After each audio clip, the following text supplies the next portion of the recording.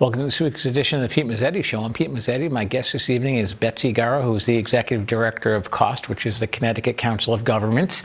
Betsy, welcome. How are you? Thank you. Thank you, Pete, for having me. Good to see you again. It's been a while. Yeah, it's great to be back in studio, although being at Luigi's restaurant was nice the last time as well. It was nice the last time as well. Happy to see that they're reopened. Absolutely. And, busy as ever, so that's good news. Absolutely. What's new with the organization? So the Connecticut Council of Small Town, as you know, is an organization that is primarily focused on advocacy up at the state capitol. So the legislative session adjourned on June 7th, and there were tons of bills that affected municipalities. And while we played a leadership role in advocating on various issues such as increasing education funding and addressing some of the issues with solid waste management, as well as ambulance services, we were also successful in increasing funding for the local bridge program. One of our towns had complained that they had some bridge work that needed to be done and that the State Department of Transportation had told them that they had only enough funding for a third of the applications. So we worked with DOT and state lawmakers to double the funding that's available for the local bridge program. So that was really good news. In addition, at this point now, what we focus on, and since all the bills have either been signed or vetoed by Governor Lamont, and how to help our towns comply with the new requirements that have been adopted, new obligations, and highlight some of those issues that may be of interest to their residents and local businesses. So for example, one of the big topics of conversation in my area has been the change in the kindergarten starting date. So next year, in 2024, students actually have to be 5 by September 1st rather than January 1st in order to enroll in kindergarten. So a lot of the young parents that I know are concerned about whether or not their child is going to be able to enter kindergarten or whether they're going to have to make arrangements for daycare. So just getting the word out about some of that information is what we're focused on at this point. And as far as the legislative session goes, how did it go as far as your organization is involved? It went very well. One of the biggest issues that we always face as an organization is municipal aid and making sure that towns have enough money to fund the delivery of critical services. So whether it's transportation, education, other local infrastructure, we want to make sure that those programs are funded at a sufficient level to ensure that towns don't have to raise property taxes or cut programs and services. And this year we were very successful in doing that. Fortunately, we had a big state surplus, and so the state was in a great position because of some of the budgetary controls that have been in place since 2017. Yeah.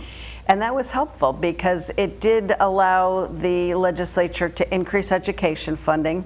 One of the issues that our small towns were facing, many of them, was that under the changes to how the education funding the formula is implemented, a lot of the small towns were set to lose education funding. And that's a problem because as much as some of these towns may have some wealthier people and properties in their community, the cost of education is still going up and up and up, and people are tired of their property taxes going up. So we fought very hard for provisions that would hold towns harmless from those cuts in education funding, and we were successful in that. And in addition, they increased education funding overall. So they're on schedule to actually, for the first time in I don't know how long, fully fund education in this state, which is just a huge issue.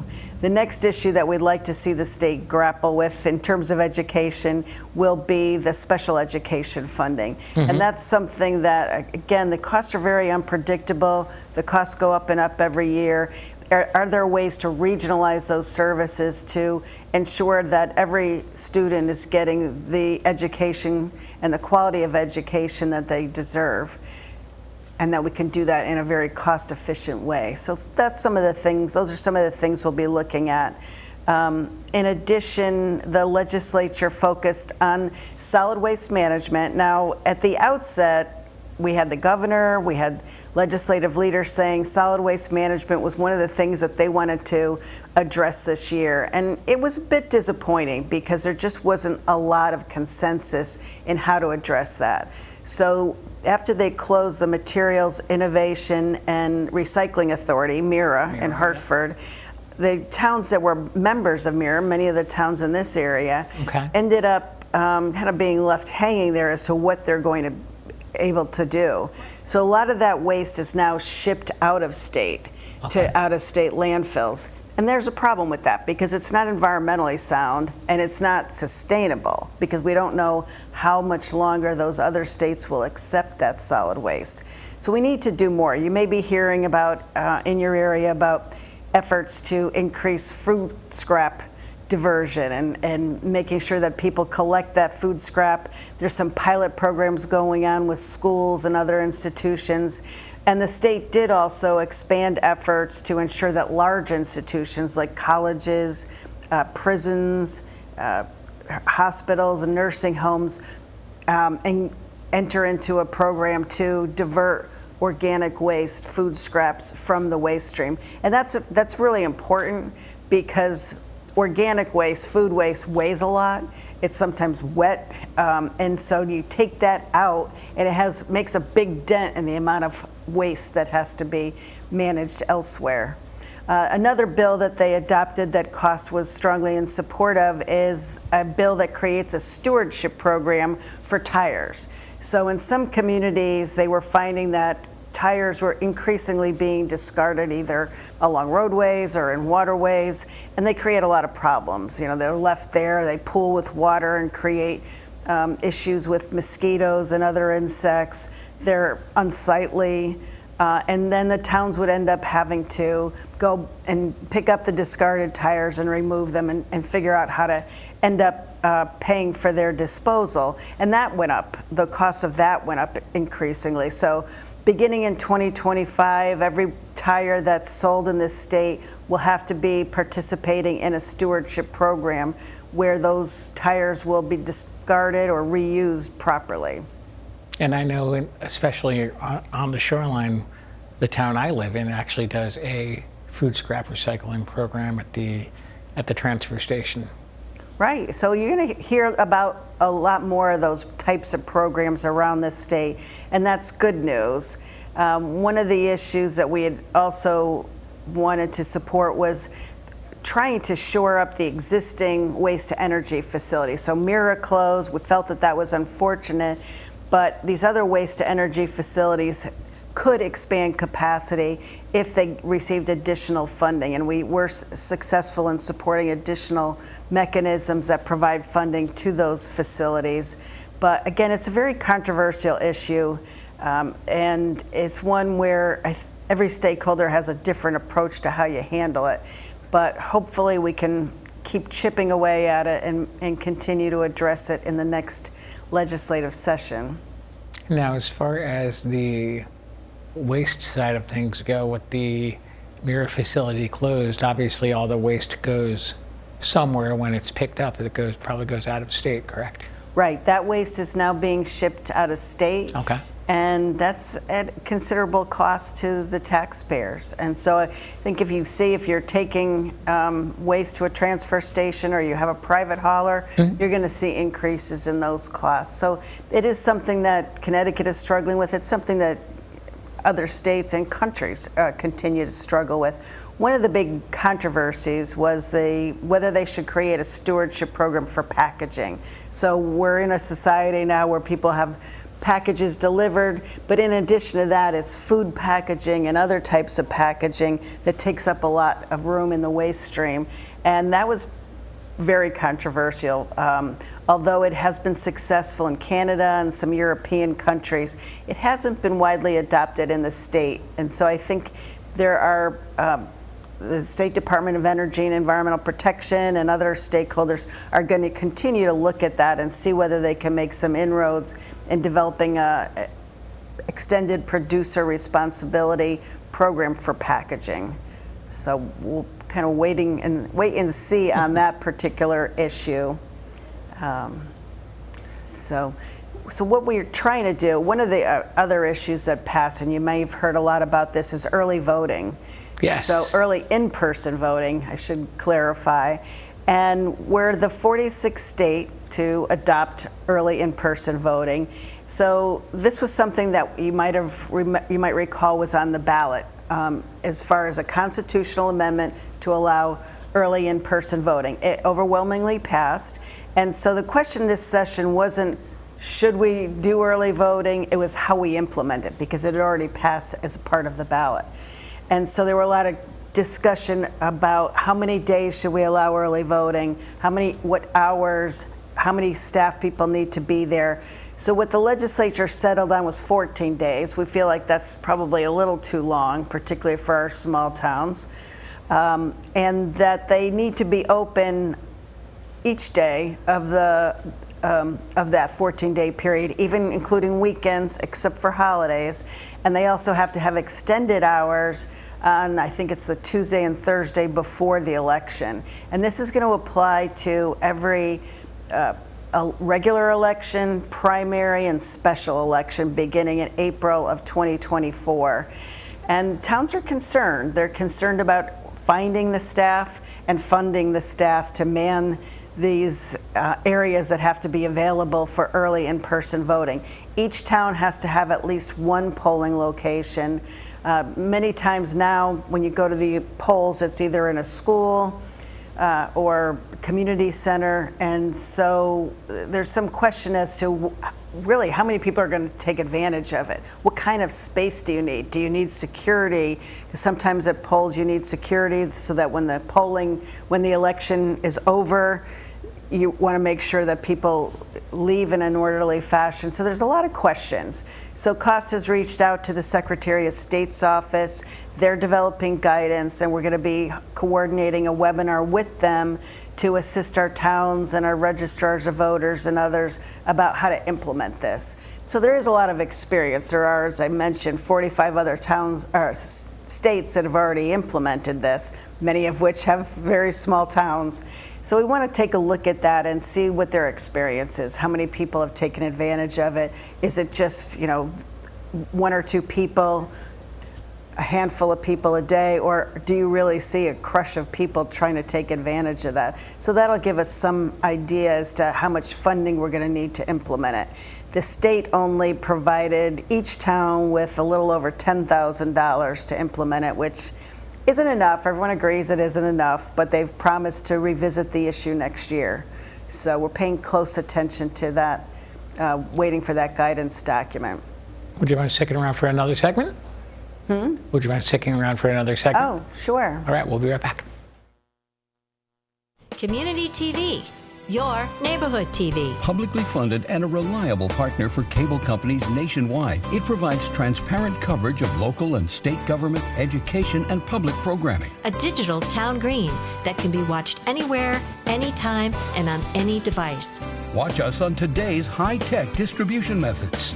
Community TV in Connecticut. Local, unfiltered, reliable, and yours.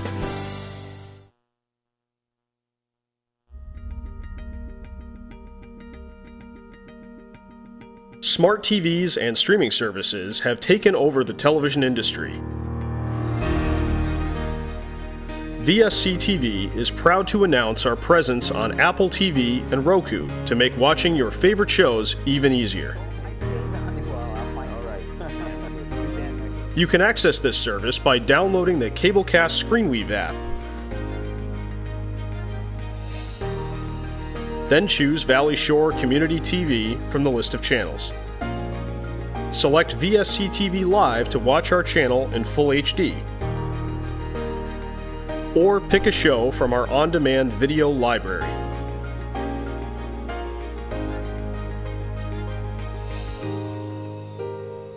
VSC TV is your local Connecticut Mid-Shore Valley digital connection. Welcome back to this week's edition of the Pete Mezzetti Show. I'm Pete Mezzetti, sitting here with Betsy Guerra, who's the Executive Director of C.O.S.T. Welcome back. Thanks, Pete. Thanks for sticking around. Yeah, so, Betsy, happy to. let's talk about affordable housing. Well, affordable housing has been a big topic, a conversation since 2021, really, in the state. Okay. And it's been one that is a very controversial issue. And so what passed in 2021 was the creation of a commission on Connecticut's future and development, which is looking at a lot of different affordable housing issues. It also allowed towns to either adopt what the state had proposed in terms of allowing accessory dwelling units, ADUs, so that they could expand the number of housing units available in the community. And then towns could either opt out, or they could revise their own alternative dwelling unit regulations, or they could just not allow them. And so there had been a big push that year to do what they call as of right middle housing, meaning that developers could come in and they could build middle housing, which is defined as cottage clusters, duplexes, 3-family homes, and some smaller multifamily homes, and do that without having to go through a lot of the local planning and zoning processes. Okay.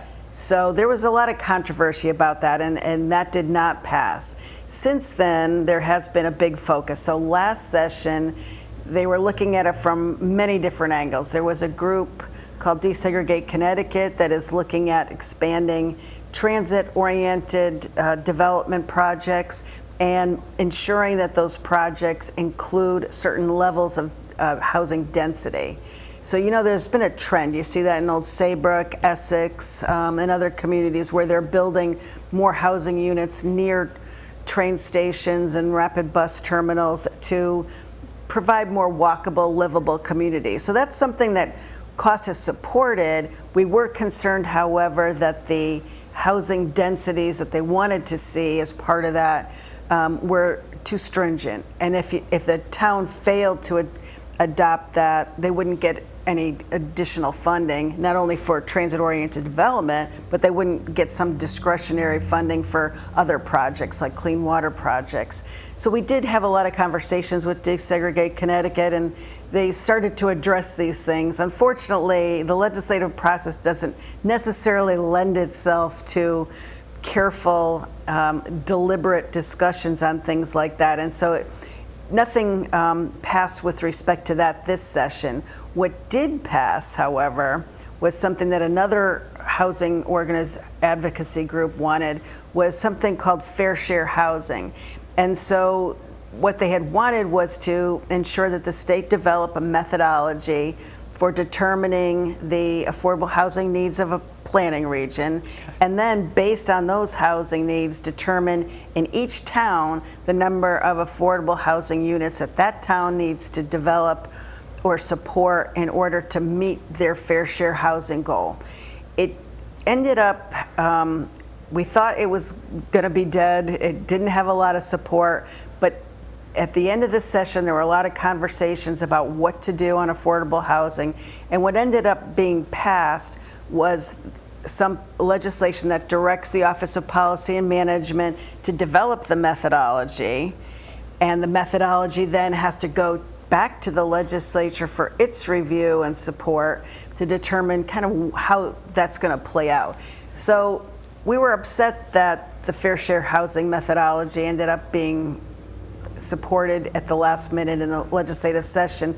However, we're really relieved that it goes back to the legislature to see kind of how that's going to work out, because the only other state that has adopted it is New Jersey, and the methodology itself has been the subject of a lot of litigation and discussion. And so it's something that we're going to be paying very close attention to. C.O.S.T has been invited to serve on the steering committee that is going to be developing the request for proposal to hire a consultant to develop the methodology.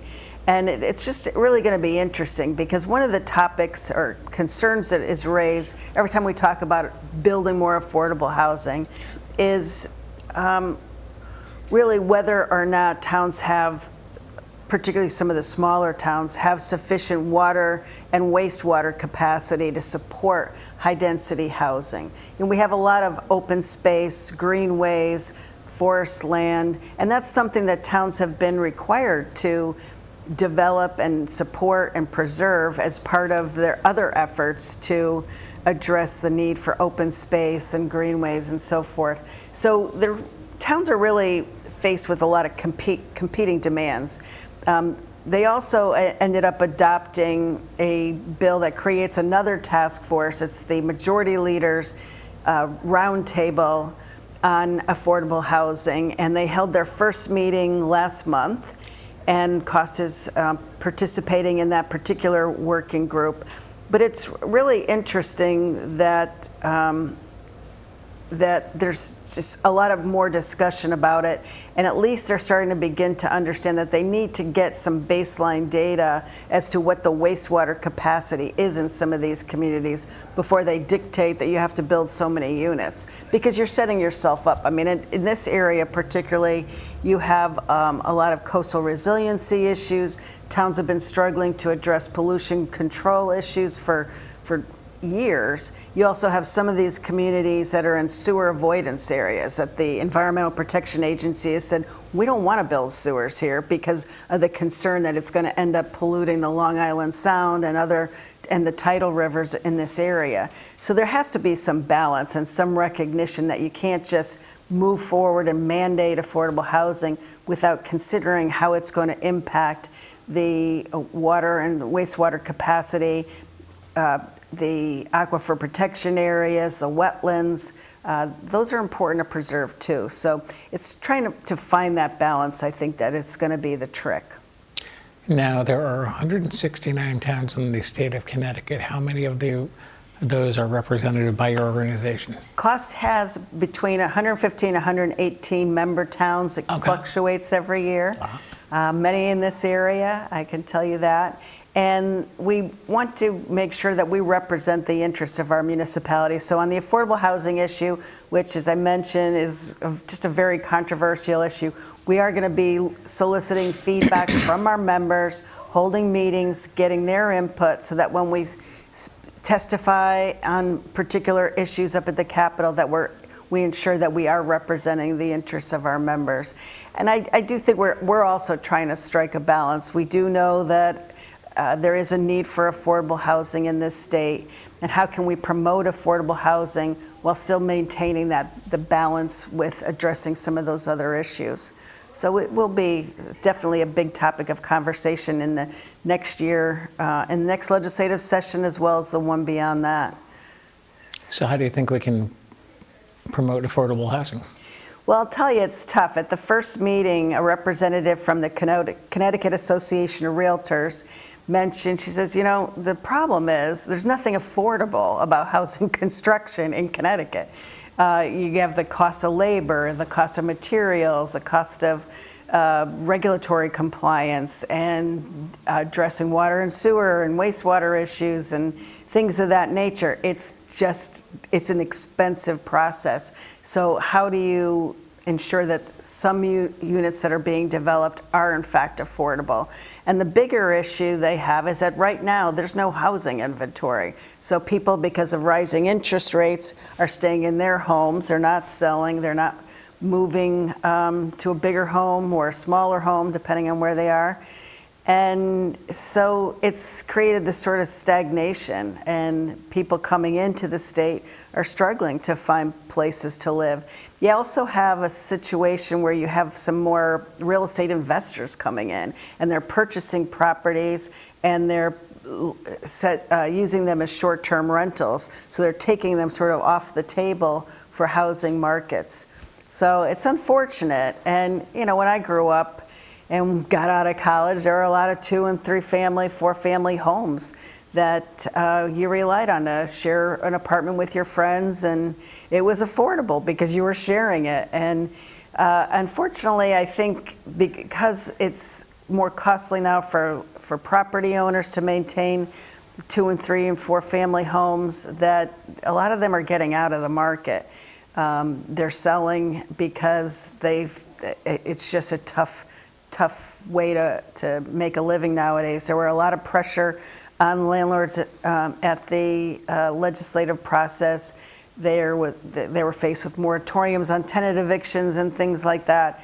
And so I heard from a lot of the property owners that, they just really were frustrated with the whole process and how they can make sure that they can provide affordable housing without kind of then taking a hit themselves in terms of finances. So it's just a very controversial issue, no matter how you look at it. One of the other issues that they wanted to look at were fair rent commissions. So a few years back, they adopted legislation requiring every municipality that has a population of 25,000 or more to have a fair rent commission. Other smaller towns can do that. The town of Clinton, for example, has a fair rent commission.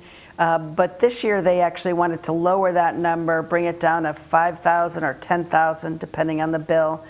And we kept saying, we don't have a problem with fair rent commissions, but why are you dictating that every single town has to have one? Why don't you allow that to regionalize a fair rent commission? I know some of the councils of government are interested in doing that, and that would make it a lot more easy for towns to comply, because you have to staff them, you have to have legal counsel available and things like that. So regionalization is another way that we're looking at to improve efficiencies and reduce costs in this state for our towns and taxpayers. Absolutely. Now, for more information on COST, where can people go? Well, you could go to our website at ctcost.org. Okay. And we also have social media accounts on Twitter, I don't know what they call that now, yeah, and right. LinkedIn and X. Facebook, not so much. But you can certainly feel free to contact me, and I'm at bgara, G-A-R-A, at ctcost.org. And all the information is on the website, correct? All the information is on the website, and we also have events that non-members can certainly attend. We have one coming up on October 19th in Plantsville, and it's going to focus on some of the challenges that towns are facing with respect to environmental issues, as well as housing and land use issues. So it should be a very interesting topic for discussion. Betsy Garrow from COST, thanks for some time, and hopefully we'll see you again soon. All right. Thank you, Pete. Thanks, Great Betsy. to be here. You too. On behalf of Betsy Garrow, I'm Pete Mezzetti. Thanks. Good night. We'll see you next time.